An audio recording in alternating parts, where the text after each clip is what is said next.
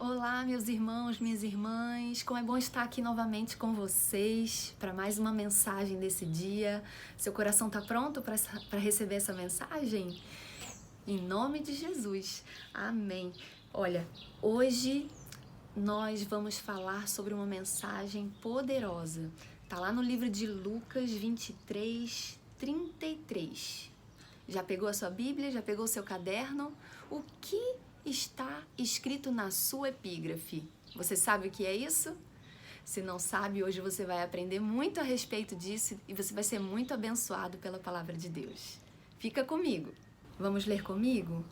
Abra lá no Evangelho de Lucas, capítulo 23, versículo 33.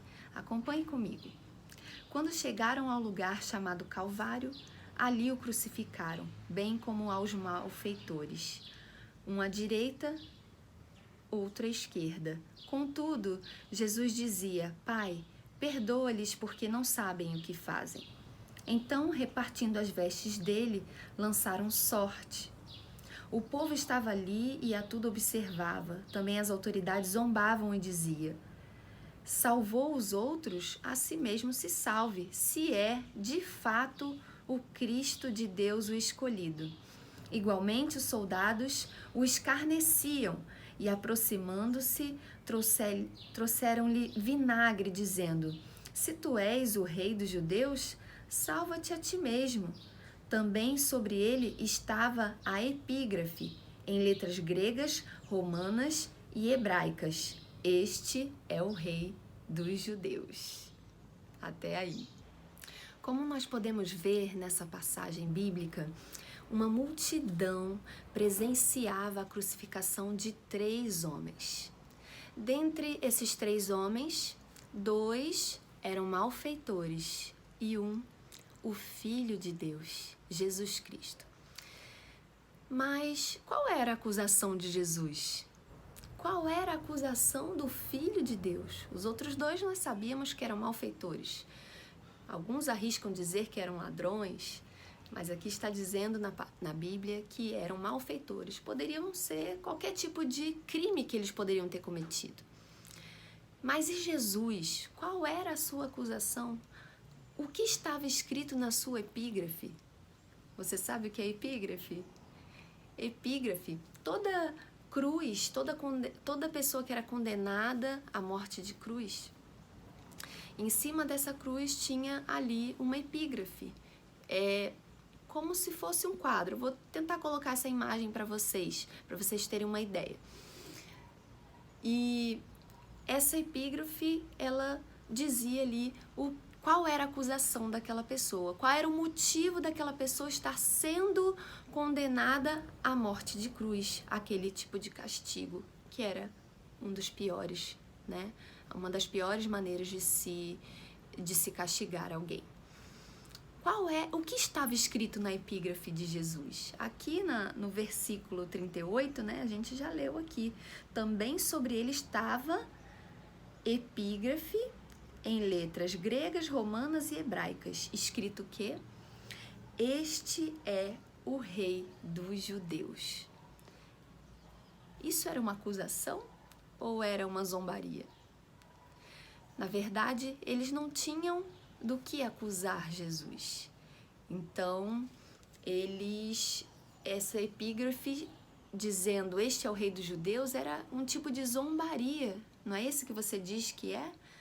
O escolhido de Deus, o rei dos judeus, não é aquele que disse que vai destruir o templo e em 3 dias irá reconstruí-lo.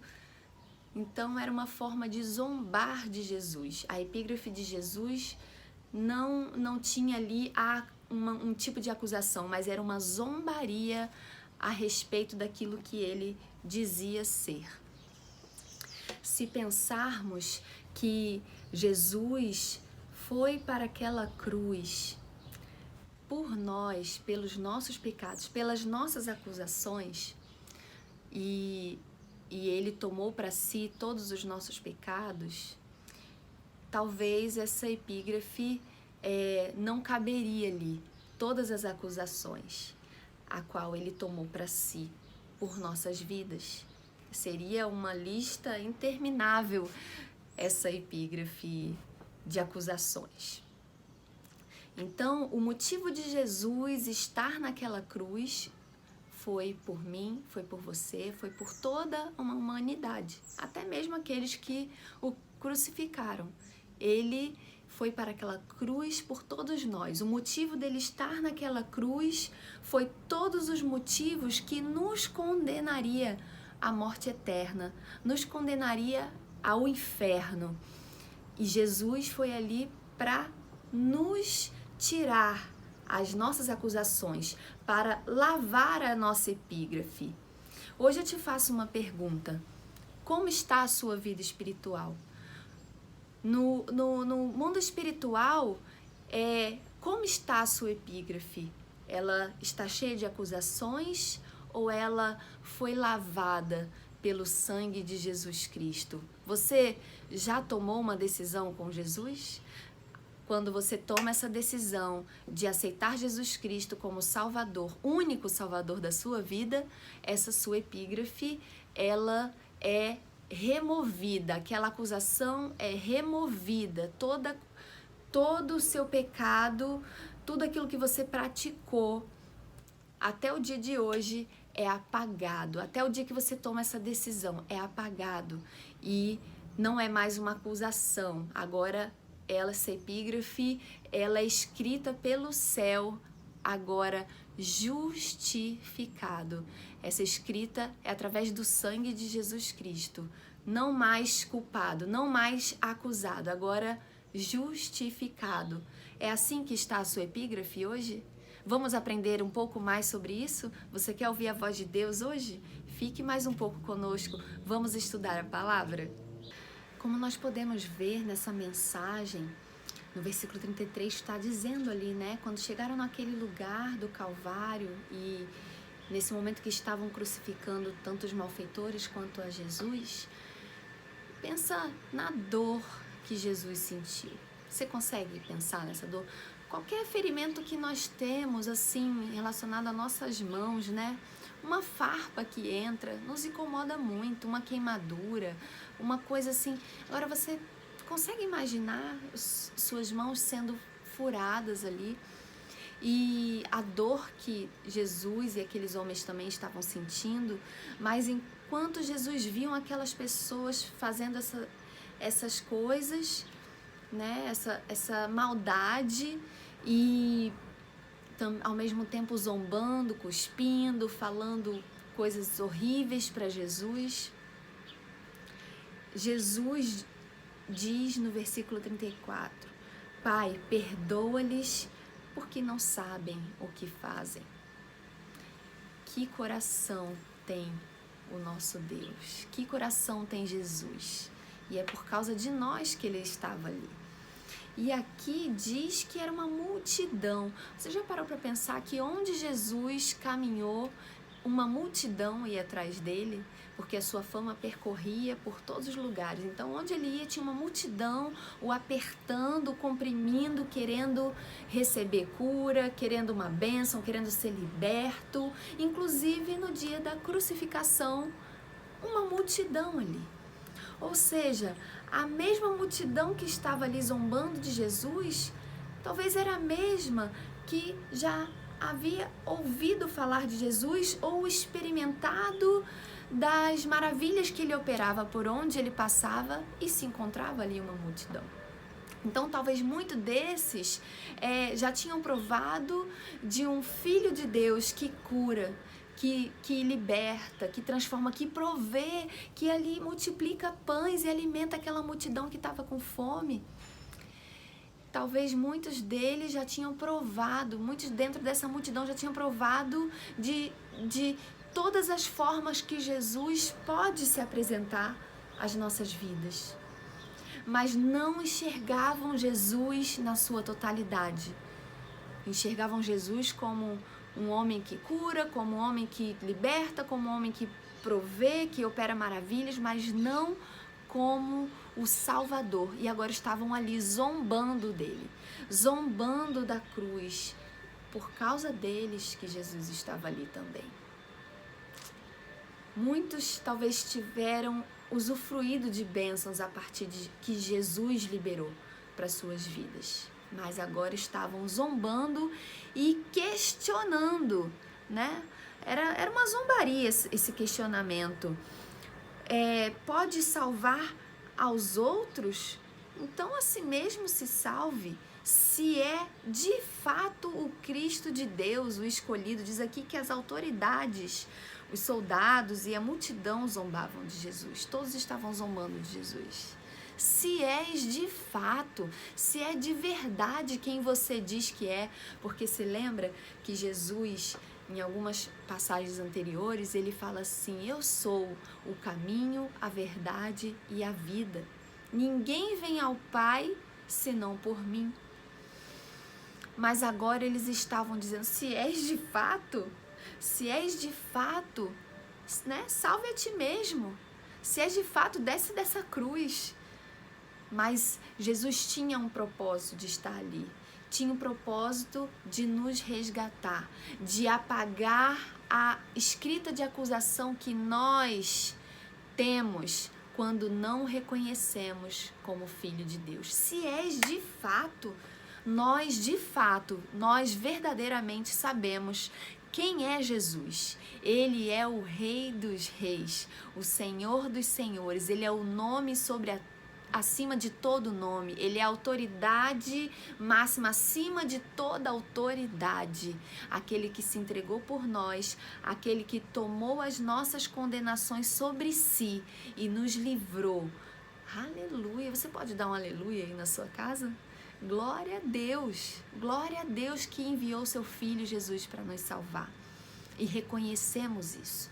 Mas nós precisamos enxergar Jesus na sua totalidade. Você tem enxergado Jesus na sua totalidade? Você já provou de um Jesus que proveu a sua vida quando te faltou algo? E Jesus te surpreendeu trazendo a provisão de algo que você precisava? Você já provou de um Jesus que te curou de algo que talvez os médicos diziam que não tinha mais jeito, que não tinha solução, que era uma doença crônica, que era uma doença para a morte? Você já provou de um Jesus que cura? Você já provou de um Jesus que se apresenta de várias maneiras na sua vida, um Jesus que transformou o seu casamento, um Jesus que restaurou a sua família? Mas você enxerga Jesus na sua totalidade? Por que eu estou dizendo isso? Eu estou dizendo isso porque muitos, ainda hoje, só clamam por Jesus, só buscam a Jesus no momento da sua dificuldade. Eu estou passando por necessidade, então eu vou procurar Jesus que vai me prover. Eu estou enfermo, então eu vou procurar Jesus porque Ele pode curar. Eu estou com problemas com a minha família. Eu vou procurar Jesus porque eu já ouvi dizer que Ele transforma famílias, que Ele restaura famílias. Quantos estão entendendo?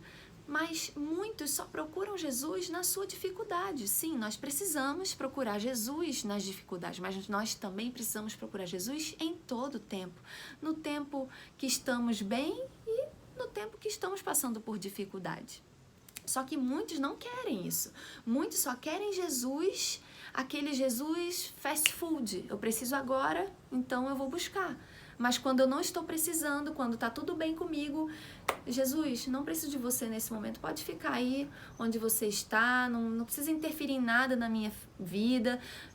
Eu quero um Jesus que provê, eu quero um Jesus que cura, mas eu não quero um Jesus que me corrige, um Jesus que quer mudar o meu caráter, eu não quero um Jesus que vai dar palpite, que vai dar uma direção para que eu seja uma pessoa melhor, para que eu seja cada dia mais parecido com Ele.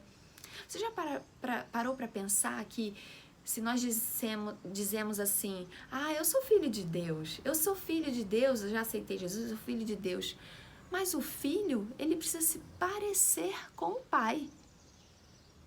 O filho, ele precisa parecer com o pai, ele precisa seguir os passos do pai, ele precisa ter a linguagem do pai, o coração do pai. Então, nós não podemos procurar o pai somente quando precisamos. O pai é alguém para se ter intimidade, é alguém para se aprender com ele. E nós aprendemos através da palavra de Deus a ser como o pai, a ter o coração do pai, o caráter do pai. Você tem olhado para Jesus na sua totalidade? Jesus na sua totalidade, é isso que nós precisamos ver. Nós precisamos sim querer o Jesus que cura, o Jesus que transforma, que provê, mas também precisamos buscar o Jesus que nos molda, o Jesus que transforma o nosso interior. Amém? Então, querido, a gente não pode tratar Jesus dessa maneira. Nessa situação eu preciso de ti, mas naquela outra ali, Jesus, não interfere não, eu quero fazer do meu jeito. Quantos estão entendendo isso? Muitos estão assim, agindo dessa forma. E eu quero provar desse Deus que pode fazer tantas coisas, que pode me proporcionar determinada coisa, que pode me atender em determinada situação, mas um Deus que corrige não. Um Deus que diz que aquele que quer me seguir negue a si mesmo. Logo eu, egocêntrico? Logo eu que tudo tem que girar à minha volta, tudo tem que voltar para mim? Não, negue-se a si mesmo. Negue-se a sua vontade e aceite a vontade de Deus para a sua vida. Aceite a direção de Deus para a sua vida. Quantos dos problemas que nós temos são causados por causa das decisões feitas pelo nosso próprio entendimento? Mas talvez se tivéssemos sensíveis a ouvir a voz de Deus, o que a palavra de Deus estava dizendo, não estaríamos em situações difíceis a qual podemos estar passando. Amém? Amém? Vamos estar mais sensíveis para ouvir a voz de Deus. Vamos ouvir aquilo que Jesus tem para nos ensinar, a direção que Ele tem para nos dar. Talvez hoje esteja tudo bem com você. Talvez você esteja vivendo um período de fartura, de abundância, de muita saúde. A sua família está tudo bem, seus filhos, seu casamento. Está tudo mil maravilhas. Mas a gente sabe que não serão todos os dias assim, que a palavra de Deus mesmo diz, no mundo tereis aflições, mas tem de bom ânimo, eu venci o mundo. Então, se está tudo bem hoje na sua vida, glória a Deus por isso. Louve a Deus por isso. Louve a Deus pela sua casa, pela sua família, pela saúde que você tem. Louve a Deus pela fartura que tem sobre a sua mesa. Mas ainda assim, hoje, quando você estiver agradecendo a Deus por tudo isso, sabe? Fale assim: Deus, som no meu coração agora. Fale comigo.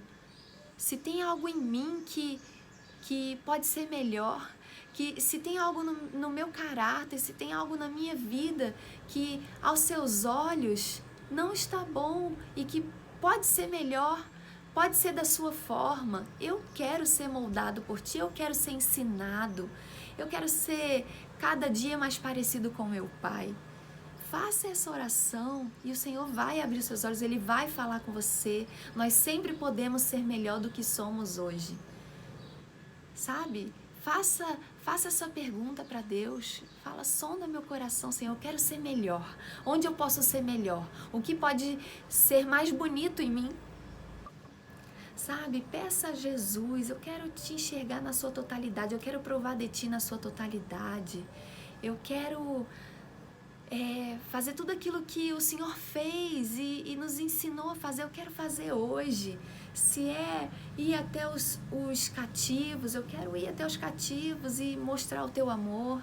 Eu quero ir aos famintos e mostrar para eles que tem uma solução, que Jesus pode mudar aquela situação. Eu quero te enxergar e eu quero provar do teu poder na tua totalidade, Jesus. Faça isso.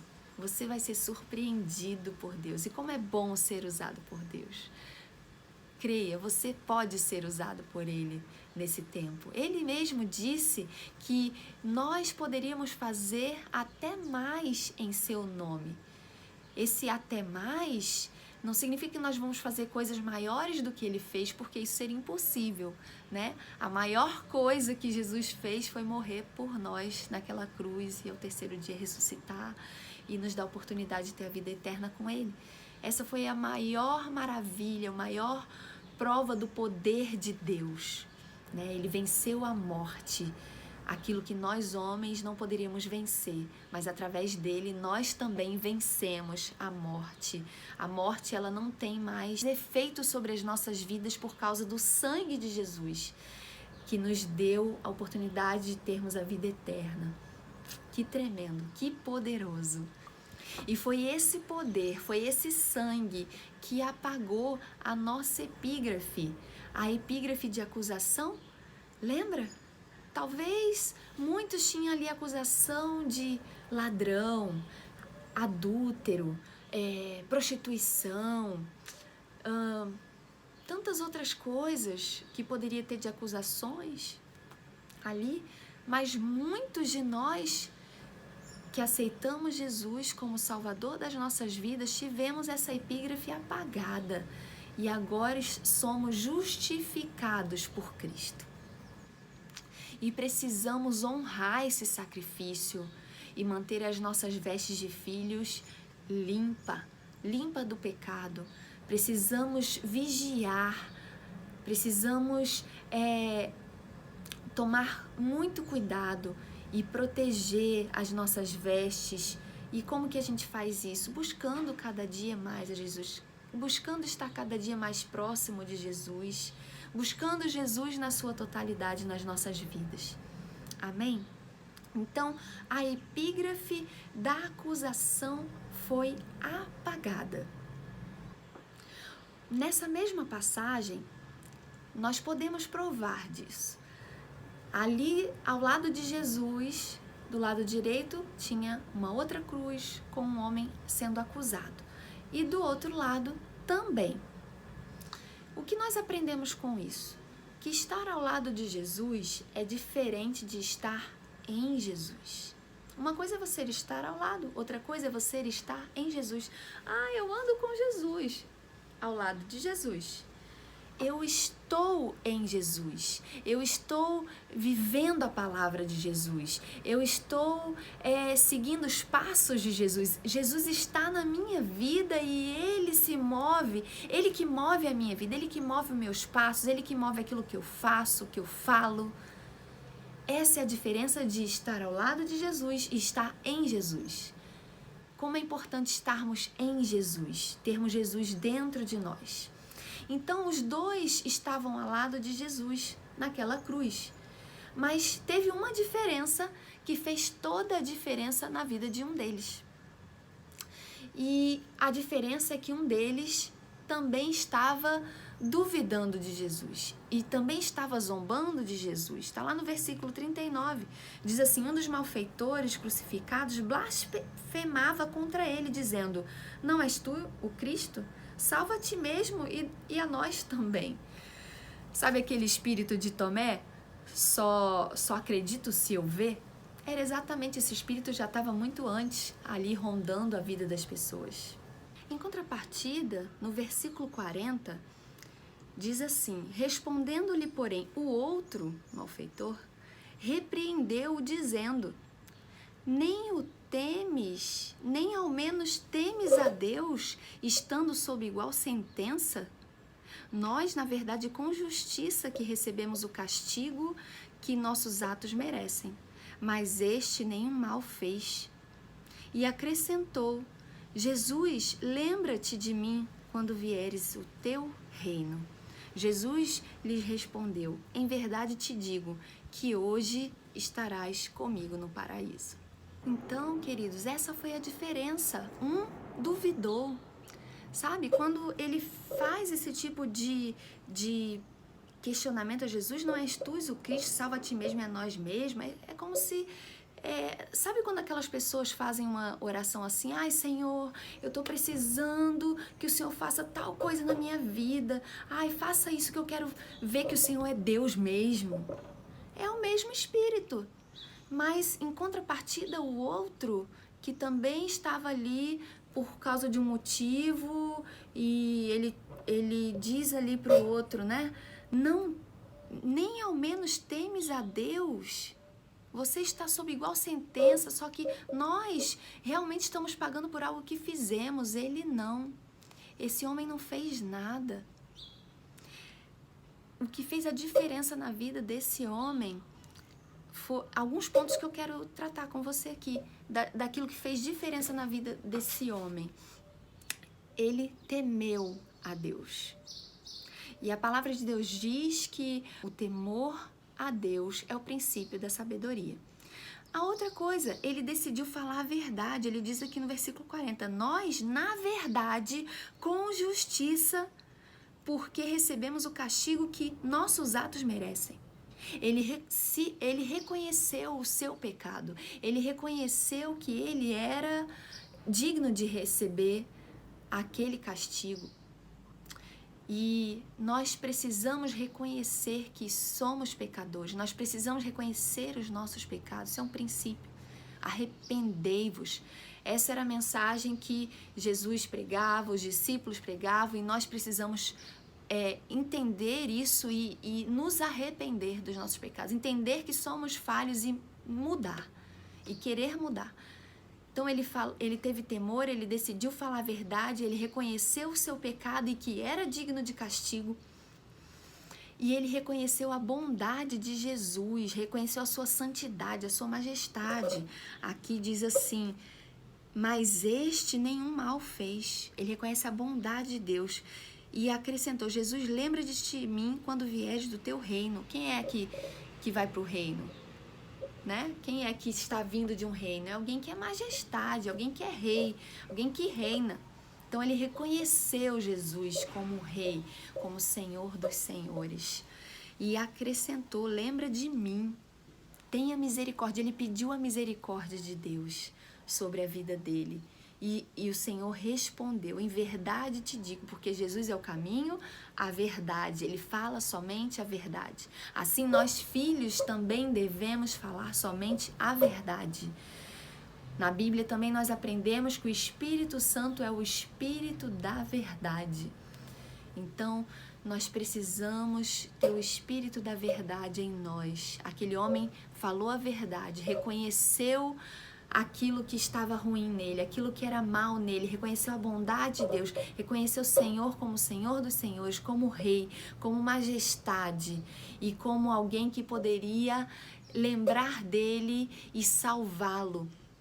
E Jesus responde àquele homem de uma maneira linda, em verdade te digo, hoje estarás comigo no paraíso. Hoje, querido, o Senhor pode agir na sua vida, na sua totalidade. A primeira maneira que Jesus quer agir na sua vida é entrar na sua vida. Não somente abençoar você de alguma maneira, não somente curar você de alguma enfermidade, não somente atender alguma necessidade tua. Ele pode fazer tudo isso agora, mas agora Ele quer fazer na sua vida, Ele quer ter o seu coração totalmente para Ele.